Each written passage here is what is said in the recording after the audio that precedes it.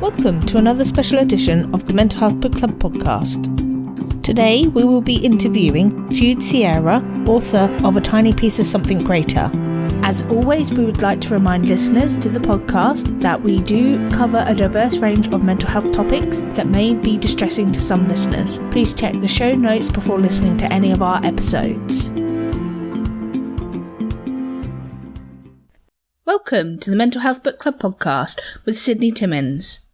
Today I am happy to be welcoming onto the podcast Jude Sierra, author of A Tiny Piece of Something Greater. Thank you so much for agreeing to come onto the podcast. Thank you so much. I'm so excited for this opportunity. Well, I'm super excited to be able to welcome you onto the Mental Health Book Club podcast, because beforehand what I did was I went in and had a quick sneaky look at your About Us page on your website to get a little bit of background so that I can do a proper introduction, and realised how busy you are and how lucky we are to be able to speak to you today. So let's get stuck in with a quick introduction.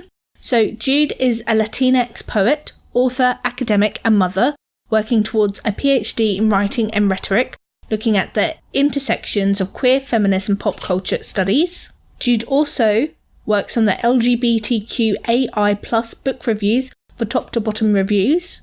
Jude is also the author of Hush, What It Takes, and Idlewild, a contemporary LGBT romance set in Detroit's Renaissance, which was named Best Book of 2016 by Kirkus Reviews.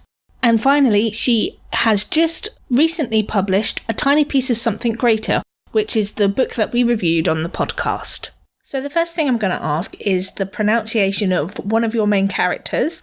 Myself and Becky, we spent some time Googling pronunciation. We're hoping that we've got it right, but to be honest, we probably haven't. So how do you say his name? Okay, so we're talking about Joaquin, I assume. Yeah. And actually, I find that when I'm saying it to other people, I emphasize the beginning a little. But when I'm speaking to just anyone, I'm like, Joaquin. So it kind of comes out a little shorter. But yes, that's how you say it. All I can say is that I think we've got something very similar to that in our podcast. We did, as I said, Google it, and we got YouTube to read out the pronunciation, and we copied that and we went with Joaquin.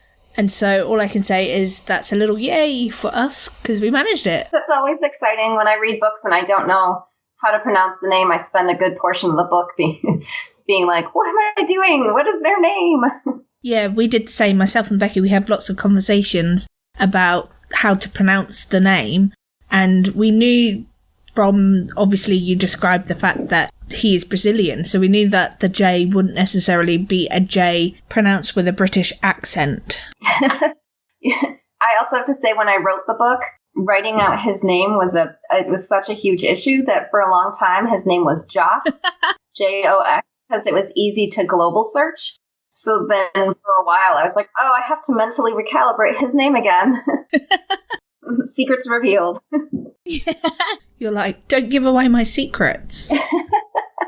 So both myself and Becky really found this book enjoyable. We thought that the subject matter was really interesting. This is the first book that we have read with the topic of cyclothymia. And I was wondering, what were the reasons behind that choice that you made to read cyclothymia? Initially, I thought I would write about a character who is bipolar.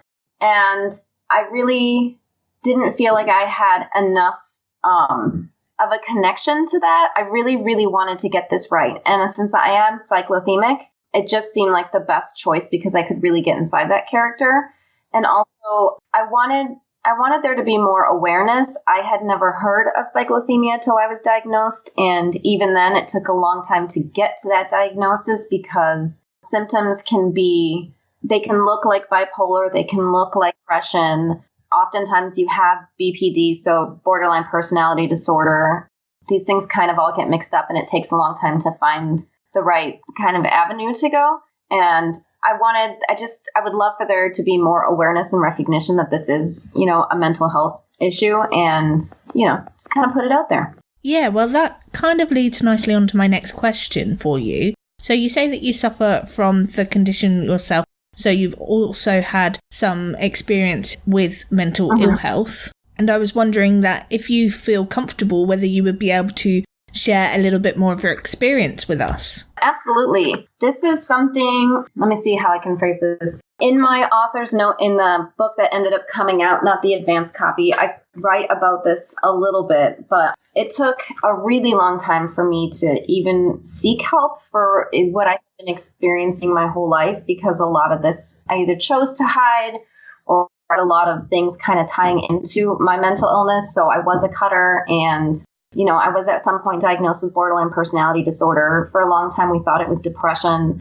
And after I had my second son, I had really severe postpartum depression that compounded a lot of this.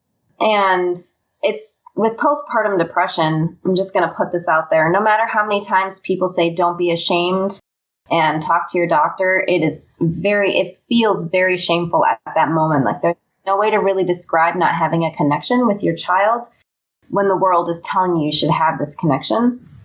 And all of this kind of snowballed, and I ended up having a mental breakdown.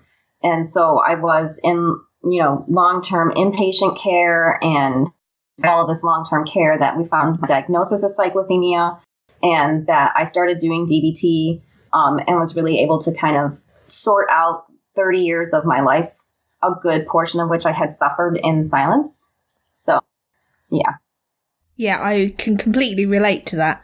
I mean, I myself have been diagnosed with borderline personality disorder, and that wasn't really diagnosed until I was 29. And that was after I tried to take my own life. And I would love to hear a little bit more about your experience of DBT. I think that everybody could use DBT. Yeah. How much what I love about DBT over other forms of therapy that I have tried is it's skills-based. So mindfulness is very important, but all of the working toward and like even the worksheets and breaking down interpersonal relationships and emotional regulation and distress management, they were definitely life-saving for me. And they were also really, I feel like they saved my marriage too. Because there's just so much that happens in a long-term relationship when there's all these undiagnosed issues and codependence, which is something I touch on in Reed's relationship with Felix. Which I was really thankful for, that particular part of the book. And I would so love to explore that more, because codependence it's such a beast in untangling it, especially when one person is untangling it and the other person's not there yet. And those are all things that, can happen in a long-term relationship when you have undiagnosed mental illness. And I think a lot of DBT I cannot say enough about how amazing it is. I really can't. Everybody needs DBT. I am so glad that you found DBT positive, because I have been there, done that, and I would agree that it probably saved my life and my marriage and everything, really, for me. I think, personally, everyone out there should be in some ways encouraged to do DBT, or maybe even, I don't know, in schools or something, like have the skills sessions in schools, because they're the kind of life skills that I don't think that anyone is ever really taught. And without them, you can't really function as an adult. People find it difficult. And if you haven't had that grounding, because you haven't necessarily been taught the skills that you need to function, then you're going to be behaving in ways that are pretty much detrimental to yourself. And that's probably the best thing for people to understand, is that it's not about managing behaviour of yourself that impacts others. It's more about managing your behaviour not to cause you additional harm. Mm-hmm. Yes. As children, we learn to communicate, and we learn we learn our own coping skills from watching the world around us. So a lot of times from our parents and how they communicate and how they manage conflict, and learning just simple things like, what's the most important thing to me? Do I need to maintain do I need to stand my ground? Do I need to maintain the relationship? Do I want to strike a balance between that? And then if so, what I love about DBT, it says, pick one of those three, and then we'll give you a script to write so you can plan out how you need to communicate your needs to a person. And then eventually, you learn how to translate writing a script to making it more natural in your relationship. So you learn how to communicate with someone. And that's just like one little module of DBT. And because there's the 4 modules, and some of them are more, I would say, individually, personally helpful, like distress management, which is really geared towards somebody who either self-harms or has, impulsive behavior, does impulsive behavior or engages in impulsive behavior. Distress tolerance is really great for that. And emotional regulation for learning to see your cycles of emotions so you can see where, the actual diagram, which I love, that helps you see where your emotions are kind of where they're going and how they're cycling and all of this stuff. I think that's all super helpful. And as a result of you going through GBT, do you now find that you are using some of those skills that you've learnt with your own children? I haven't really sat down with them. That's a good idea, because there was a lot of practicing doing this with my husband, which is actually this is one of the reasons I wanted to write this book, and something that I wanted to put into this book is how people learn. There's a kind of balancing act, and I wouldn't say struggle, but a tension sometimes in a relationship when the person who has mental illness is engaged in their wellness, but the person who loves them has seen or experienced or knows of trauma. So my husband has seen me have a breakdown. So he has his own anxieties and worries because that's traumatic. And I'm really committed to my wellness. So I really try to tune in. So sometimes we experience tension where he gets worried and then I feel resentful, like he does not trust me to know my own wellness. But at the same time, sometimes you do need the people around you to say, your behavior, or I'm sensing that this is going on. So like there's this kind of tension that happens that really is like a constant practice in a relationship when people are attuned to the fact that mental illness will always be a part of my life. So it'll always be a part of my relationship. Yeah, and I think quite a lot of people do tend to forget the fact. And I really love the way in this book, as I've said before, in the main podcast where I speak to Becky about the book, I did open the book and my heart kind of sank a bit because I went, it's another romance. And is this going to be the type of romance where love fixes everything? And so I was kind of like waiting for that, but I was really surprised, and pleasantly so, because as I went through, I was like, it's not going to be this love fixes everything kind of book. And I tend to message Becky quite a lot when I'm reading, and literally I was like, yay, it's not the cliche, I'm so excited.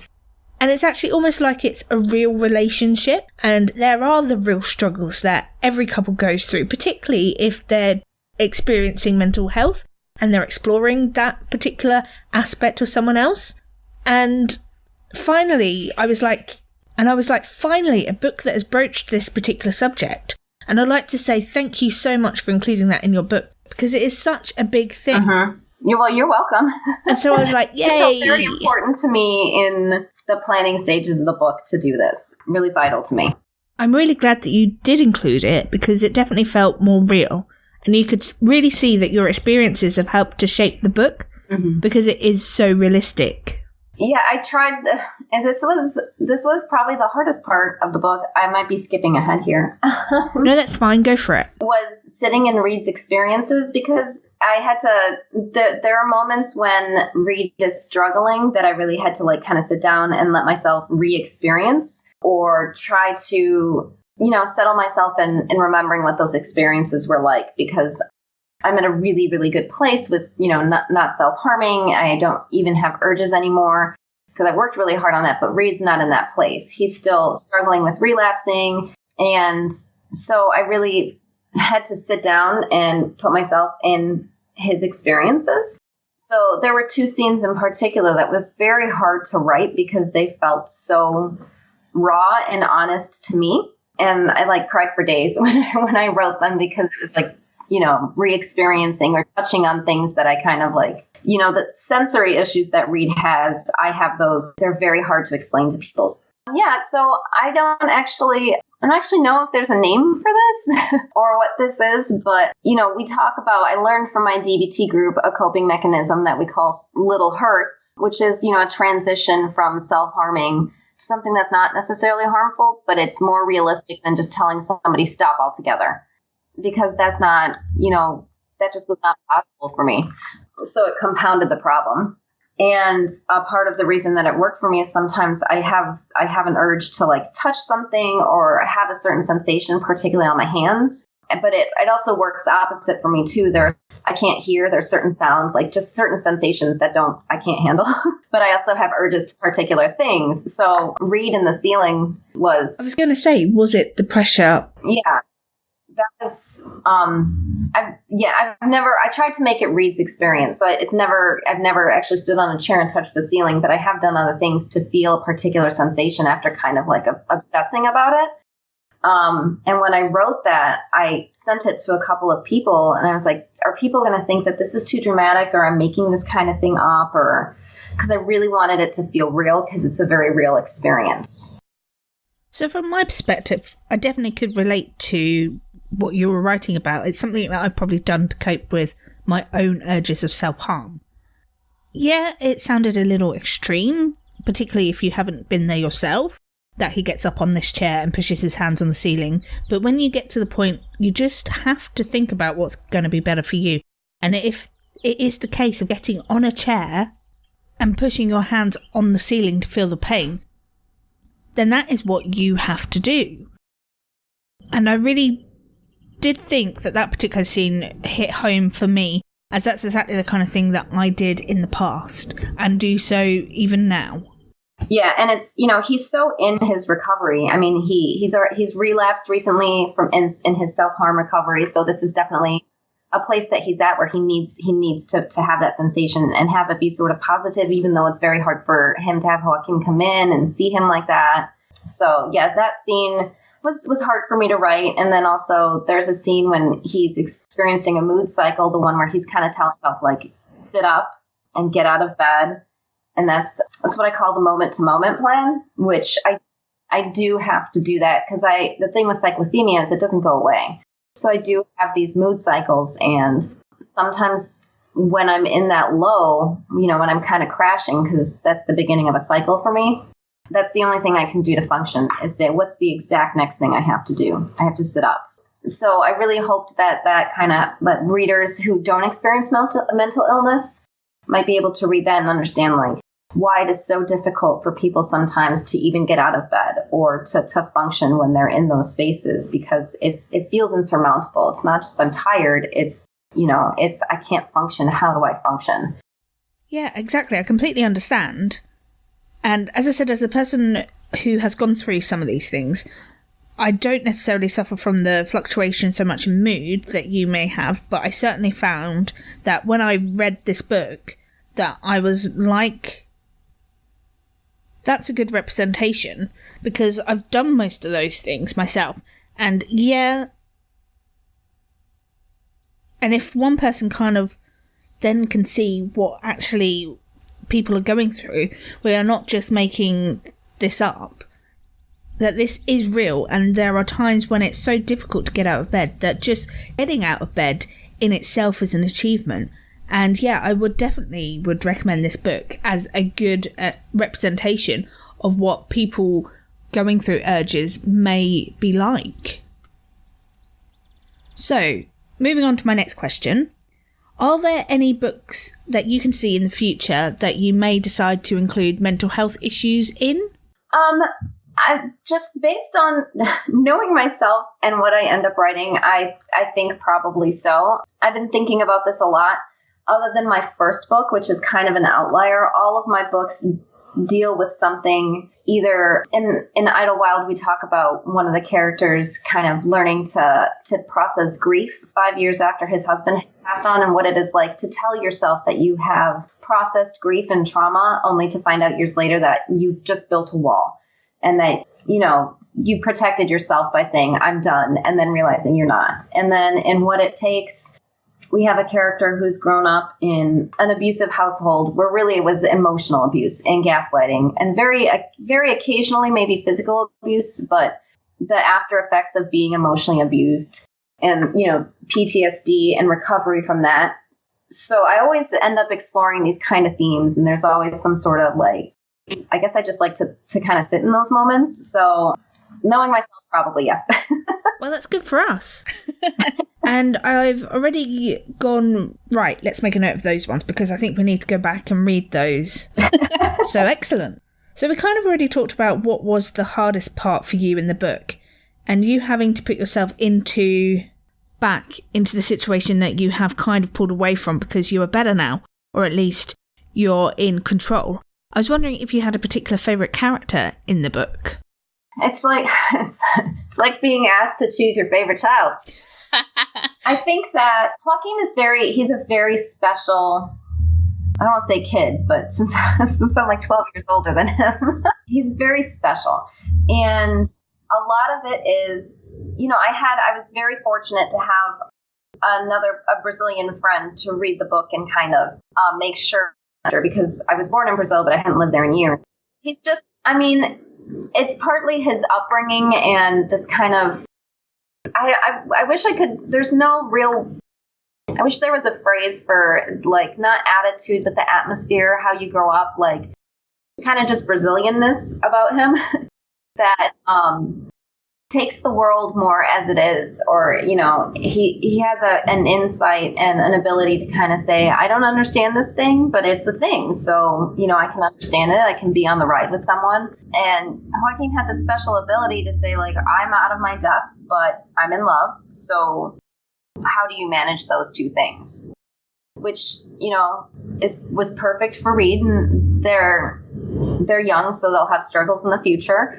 But yeah, I don't know. I kind of wish I could have a little Joaquin in my life and he can hang out with me, take me scuba diving.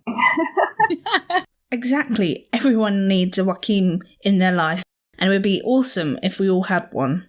So I fell in love with reading Joaquin in this book, so I was wondering if there was maybe possibly be a sequel. Well, I will say when I wrote this book, I got to, that last chapter, and I was like, I'm going to write an epilogue now. And I ended up, the epilogue was the start of a completely separate story, and it was like the next phase of their life. So I do have that in my head, and I kind of have an idea of what happens. So I would love to write it. I just, would have to be in the right. Yeah, I can understand why you would need to be in the right place to be able to do a sequel, particularly because I felt that just by reading it, that the story was so personal to you. And also the way that you've been talking to me today about your writing process of this book. There are definitely times when it was very raw, and I felt that rawness. Mm-hmm. And I would absolutely love a sequel, but would also fully understand if you didn't necessarily feel that this is the right time to do that. Yeah, I always know what happens in the future to my characters. So oftentimes I'm like, oh, I want to write that story for them, but I'm very much that kind of fickle writer that it has to be the right moment, and it has to kind of come to me. I envy writers who can say, you know what, I'm going to write my next book. It is time. This is my job. Whereas I'm like, the universe must speak to me. I get to channel the energy. And plus, you've got all this other stuff going on. You're very busy, and I don't understand when you would find the time, just generally. Right now, I don't know. Usually when I'm in school, I'm sorry, my voice is breaking now, so I sound like a teenager. When I'm in school during school semesters, I have very regimented time schedules, which is something I do that I have to do to manage my anxiety. And it helps actually manage other aspects of, mental illness that I live with. So I have like every hour planned. So I usually write early in the morning, because my brain isn't working enough to tell me, like, to have negative self-talk. It's not awake enough for that. And then in the summertime, everything kind of falls apart because I have no set schedule. This summer I was supposed to, because, my life is crazy right now with my mother's illness. And so I have to complete the work that I was supposed to do in the spring. But I have it on a back burner right now because I just don't have the mental energy for it. Which is completely understandable, and don't beat yourself up about this at all. There are other things that are more important, and that you need to prioritise those and take care of those first. And also make sure that you are employing your self-care techniques that you learnt during DBT. Mm-hmm. Yeah, definitely. I think that if the moment that writing stops being about enjoyment or stops being pleasurable, and that's when I need to stop. I write to make myself happy and lead other people happy in some way, or enjoyable, or take them on some sort of journey. So if it becomes kind of a punishment, then it defeats the purpose. Exactly.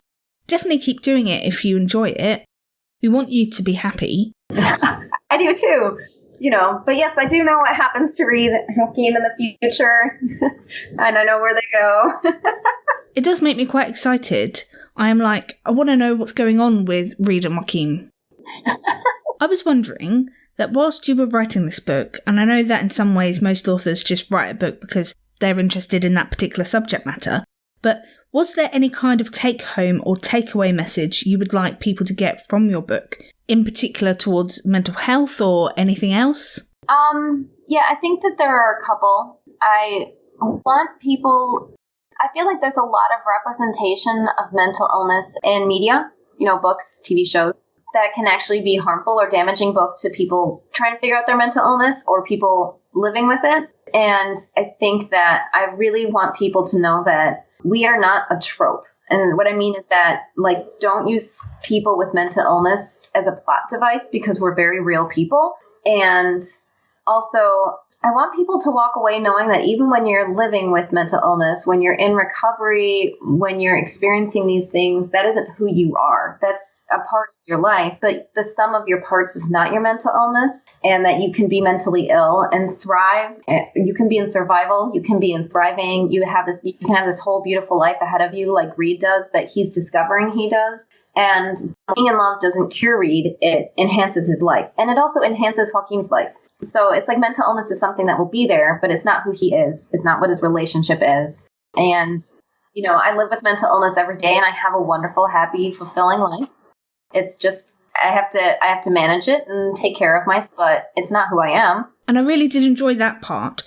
And I think we, again, in the main podcast, myself and Becky, did discuss that, how Joaquin says to Reed, you are not your mental illness, and just that understanding and acceptance. Mm-hmm. That's probably one of the biggest things that I find as someone, I don't know if this is true for you, but when I tell people that I have borderline personality disorder, they get so confused about what that means. And then when I say, well, sometimes my emotions are a bit all over the place, I don't know who I am, all of those kind of things, they kind of then, I don't know if it's write me off as such, but yes. There is definitely a stigma there. So much, yes. I think that this is also a thing.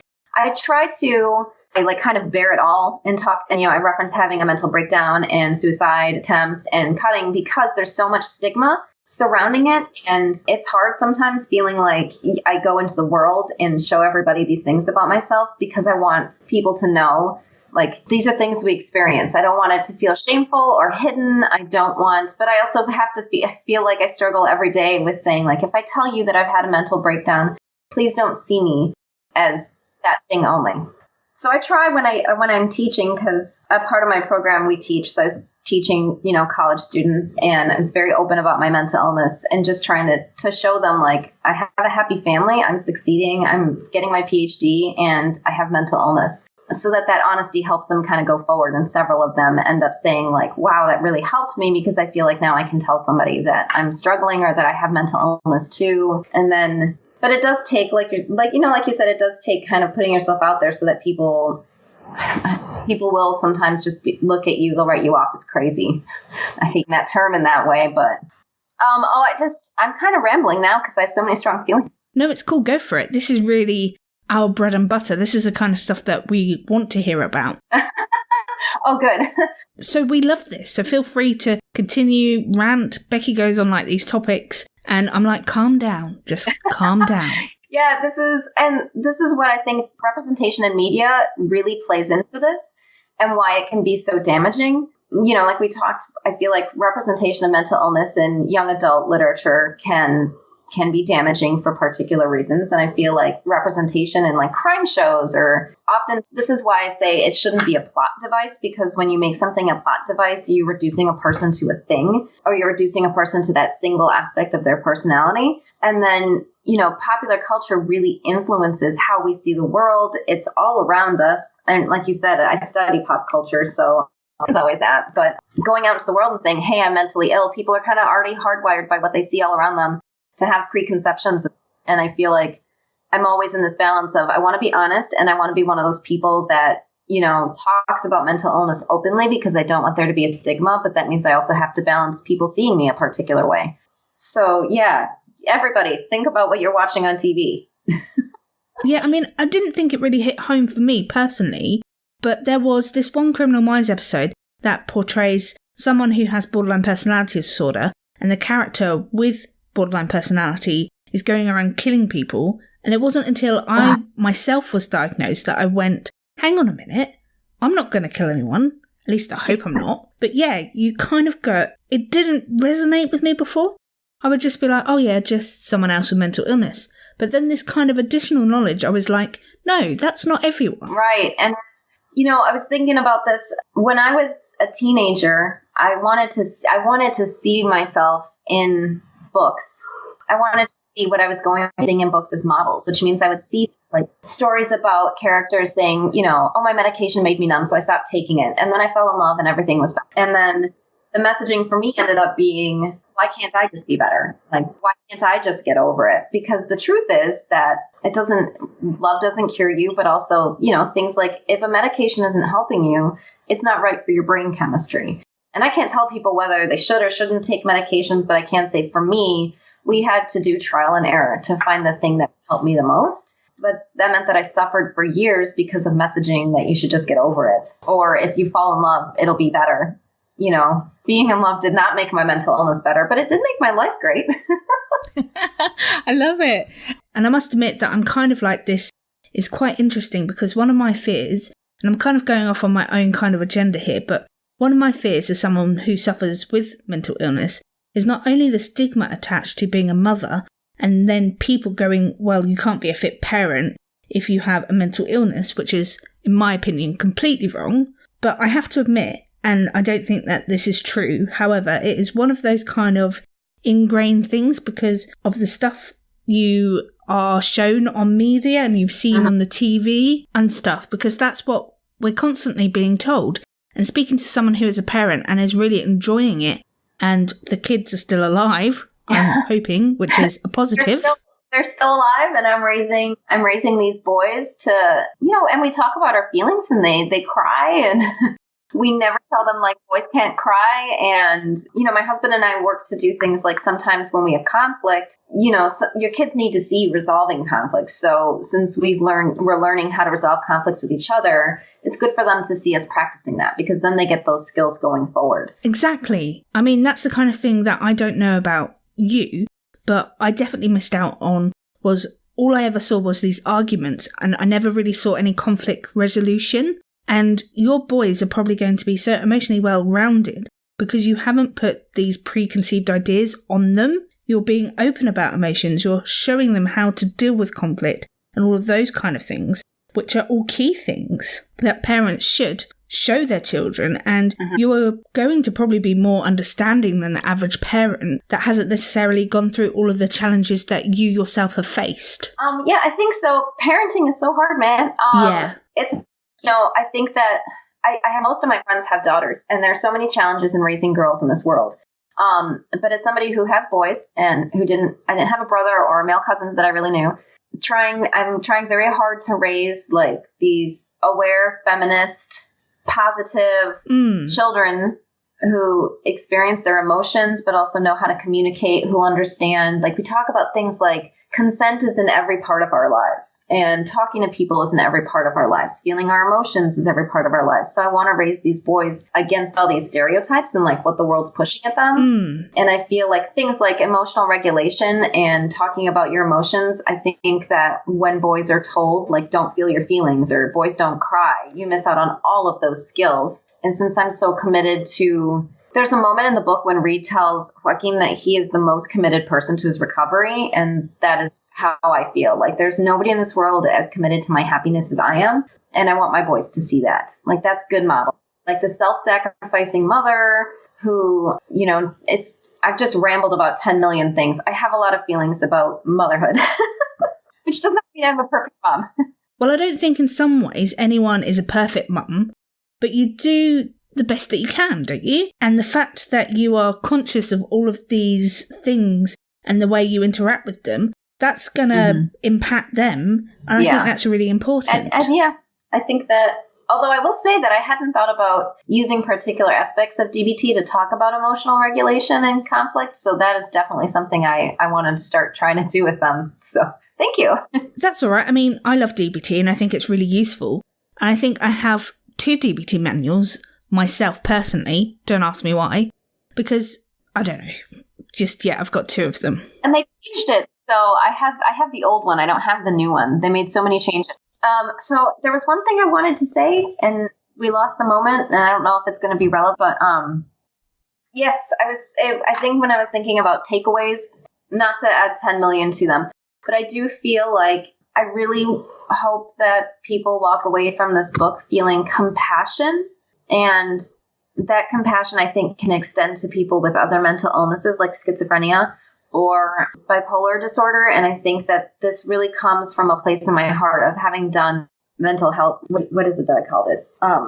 So it was long-term mental health. I'm blanking out on what the word is, even though I know what it is. I want to say facility, but it wasn't a facility, but it was long-term mental health, and it wasn't rehab either. But however, the point being that the place where I stayed, a lot of it was people with bipolar or who were schizophrenic learning life skills so they could reintegrate into independence. And what you see on television and what you read in books so often represents a stereotype. And when you buy into these stereotypes, you dehumanize people who, yes, maybe are suffering, but who are also maybe fighting for their lives or working very hard. And, what you see and what's the messaging and these stereotypes are not the lived experiences of most of these people. And when you do this, it's like you're kind of losing that compassion, and that compassion and helpfulness can enhance their lives too, because you're living within this maze of a stereotype. And I think that I just have so much heart for people who are suffering from mental illness, and it's impacting their lives so much more than maybe it impacted mine. And their lives could be so much better if people approach them with open minds and open hearts and compassion. So, Reed's story is a tiny piece of a bigger story, of a whole story. But hopefully people can walk away and say, you know what, Reed is this boy who's, in survival mode, but he's going to thrive. He's not the sum of his mental illness, So hopefully somebody can take that out into the world and think, maybe all people who are mentally ill are not these stereotypes and. Yeah, well, for me, a person who's suffering with mental illness, my key thing and my key takeaway from your book, and I don't know if this is something that you probably would have intended, but it's really that there is a sense of hope, and that even though Reed has had issues and he is at the point where he is surviving and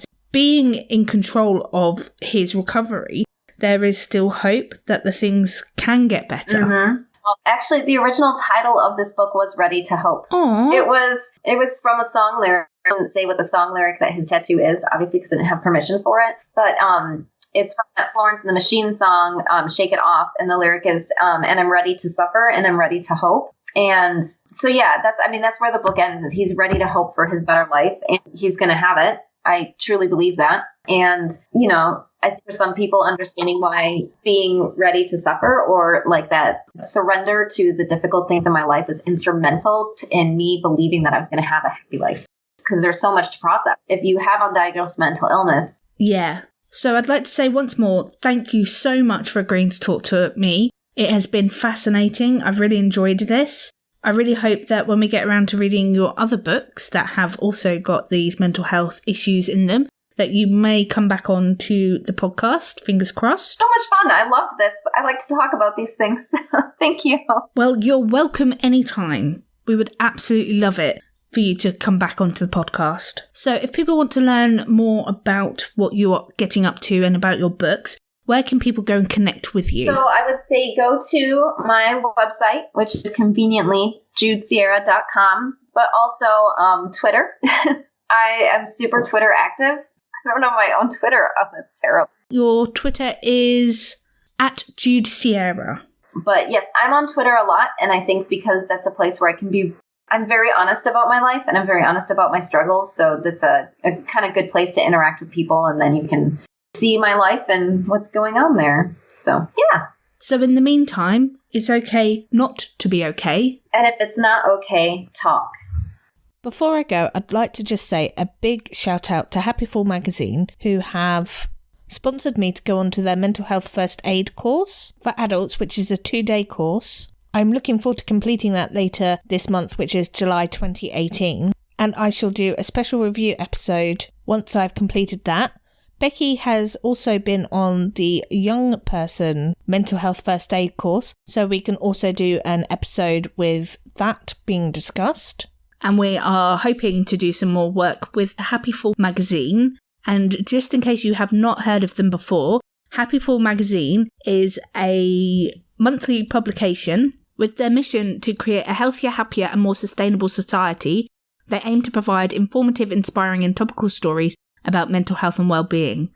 They want to break the stigma of mental health in society, just like we do, and to shine a light on the positivity and support that should be available for everyone, no matter their situation, which is extremely important. No matter your situation, you should be able to get the help that you need. There's also a free e-magazine, and you can also buy hard copies, and you can find this information out on their website, and their website is happyful.com. And I'm going to make sure that I have a link in the show notes for you. And I'm hoping that this is going to be a fantastic new relationship that will have some more exciting things coming up in the near future. We're also taking part in the 13th Annual Podcast Awards, where you can nominate the Mental Health Book Club podcast. If you haven't done so already, please consider going over and voting for us. All you need to do is head over to podcastawards.com. Again, I'll put a link in the show notes for you, and just nominate us under the People's Choice Awards and the health category. We also now have a range of merchandise, which includes t-shirts, tote bags and mugs, just to name a few. Again, you can find this on our website, so head over to mentalhealthbookclub.com and there is a link to our new shop. And finally, you now can find us over on Patreon, where you can sponsor the podcast with as little as $2 a month.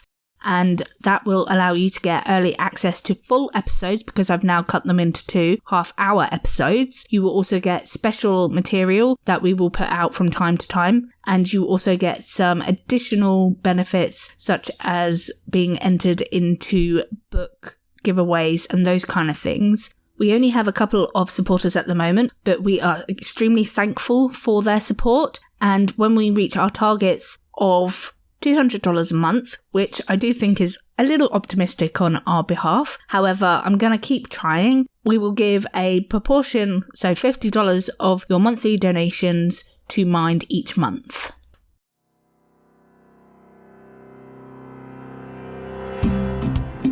Thanks for listening to this episode of the Mental Health Book Club podcast.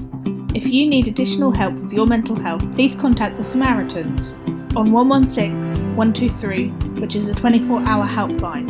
And if you need additional information about mental health issues, please visit Mind at mind.org.uk.